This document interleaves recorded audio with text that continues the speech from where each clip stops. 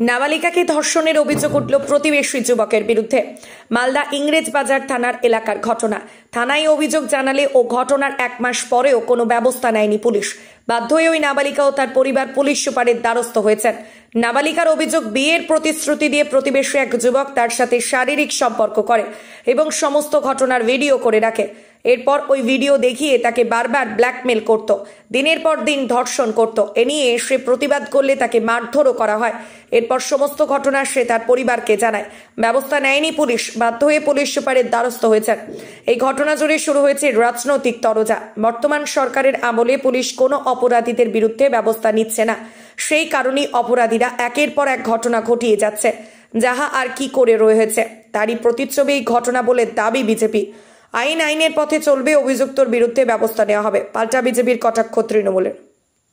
আমি সেটা জানি না। আমি গরিব মানুষ, দিনমজুরি খাটি, ওর বাবাও খাটে। আমরা মেয়ে 3টাই মেয়ে আছে। মেয়েকে পড়ালেখা করি, দুজনাই খেটে খুঁটে। সকাল হয় 9টা বেরিয়ে আমি কাজে চলে যাই। মেয়ে বাড়িতে থাকে।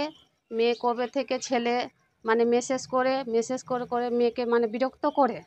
হ্যাঁ, পড়ালেখাতে মেয়েকে পড়ালেখাতে মন দিতে দিচ্ছে না, করতে হবে না, হেন তেন করে মেয়েকে করতে চায়। তারপরে শুক্রবারের দিন বাগানে গিয়ে মেয়েকে ডাকার পরে ছেলেও মেরেছে, ছেলের মাও মেরেছে। কেন মারলো? মারলো কেন আমি এটা জানি না। মেয়ে যখন 12:30 রাত্রি বাজে তখন আমাকে মেয়ে বলছে, মা আমাকে ভয় লাগছে। বলছি কিসের জন্য ভয় লাগছে? বলছে আমার কাছে আসো। আমি গেলাম, উঠে যাবার পরে মেয়ে কাঁদছে। আমি বলছি কী হয়েছে? বলছে কি মা আমাকে জেঠি মিলে আর গরব মিলে আমাকে দুজনাই মেরেছে মা। আমি বলছি কিসের জন্য মারলো? নিশ্চয়ই কোনো অন্যায় করেছি, তার জন্য তোকে শিক্ষা দিয়েছে। বলছে মা দেখো আমার মোবাইলে সব প্রমাণ আছে। আমাকে দেখে তাহলে মাথা আমার হয়ে গেল যে ঠিকই সত্যি প্রমাণ। তাহলে আমি 2টা লোককে সকালে বেলা ডেকে দেখাচ্ছি যে দেখ আমার মেয়েকে কী অবস্থা করেছে। তারপর জানার পরে তারপর মাকে সকালে বললাম যে কি হয়েছিল, আমার মেয়েকে বাগানে গিয়ে মেরেছ। বলছে না না আমি মারিনি। কী জন্য মারিনি তো আমার মেয়ে কি মিথ্যা কথা বলবে? বলছে না, তোর মেয়েকে শাসন করেছি। শাসন করার পরে তো তুমি আমাকে বলবা না এসে? বললো না এসে। আপনার মেয়ে বলছে যে আপনার মেয়ের সাথে খারাপ কাজ করেছে, আমি ভিডিও করে নিয়েছে তার। হ্যাঁ, খারাপ কাজ করেছে। তারপরে আমার মেয়েটা বলছে যে মা দেখো এগুলো আমার কাছে খারাপ কাজ করেছে। আমি বলছি ঠিক আছে, খারাপ কাজ করেছে তখন আমি সাজা দিব। হ্যাঁ, তো বললাম ওর মাকে। বলছে না আমি এগুলো মানতে পারবো না। হ্যাঁ, থানায় গেছিলাম। কিছু এখনো ধরেছে পুলিশ? কিছু করেছে না, এখন ধরা হয়নি। রাত্রে এসেছিল। এসপির কাছে জমা দিয়েছেন? হ্যাঁ, সব দিয়েছি জমা। দেখুন, এই ধরনের ঘটনা পশ্চিমবঙ্গে নিয়মিত ঘটে চলেছে, একদম ধারাবাহিক ঘটনা। আর দিন দিন এই ঘটনার বৃদ্ধি পাচ্ছে। আমরা যদি প্রথম থেকে দেখি যে পুলিশ প্রশাসন এবং স্বয়ং মুখ্যমন্ত্রীর যে ভূমিকা, প্রথম দিকে যা ভূমিকা, তাতে কি হচ্ছে যে সমাজ বিরোধীরা কিন্তু এইগুলোতে আরও উৎসাহিত হচ্ছে।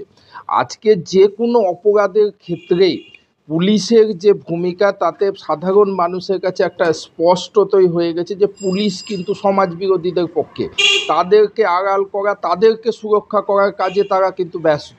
তো খুব স্বাভাবিকভাবে এত বড় ঘটনা আরজি করের ক্ষেত্রেও আমরা দেখলাম যে প্রাথমিক ক্ষেত্রে পুলিশ কিন্তু সেটাকে ধামাচাপা দেওয়া, আত্মহত্যা বলে চালানোর একটা প্রয়াস করেছিল। তো প্রত্যেকটা ক্ষেত্রে তাদের একই ভূমিকা, তাদের স্বভাব এটা তৈরি হয়ে গেছে। আপনাদের কাছে যে অভিযোগটা শুনলাম তার তদন্ত ইতিমধ্যেই পুলিশ শুরু করেছে।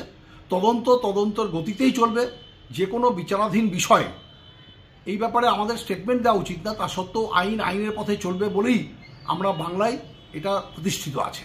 আর আরেকটি যেটা বিজেপির অভিযোগের কথা বললেন, এই অভিযোগের কথাটা মানায় না। আরজিগড়ের কেস অলরেডি সিবিআই এটার এনকোয়ারি করছে। সারা বাংলার মানুষ এটা জানতে চাইছে সিবিআইয়ের কাছে আর কতদিন লাগবে এই অন্যায়ভাবে, এই বর্বরোচিতভাবে যে বাচ্চা মেয়েটা খুন হয়ে গেল, যেভাবে নৃশংসভাবে তাকে খুন করা হলো, তার বিচারের যারা আসামি তাদের কবে ফাঁসি হবে? How many Times required for CBI? এর আগে দেখেছি সিবিআই কোনো রকম এনকোয়ারি করে কোনো রকম সুরাহা দিতে পায়নি। এই ব্যাপারে যদি সিবিআই কোনো সদর্থক পদক্ষেপ না নেয় তাহলে সমস্ত মানুষ রাস্তায় নামবে। কারণ বাংলার মুখ্যমন্ত্রী ইতিমধ্যেই ঘোষণা করেছেন সেই আসামিদের সকলের ফাঁসি চাই।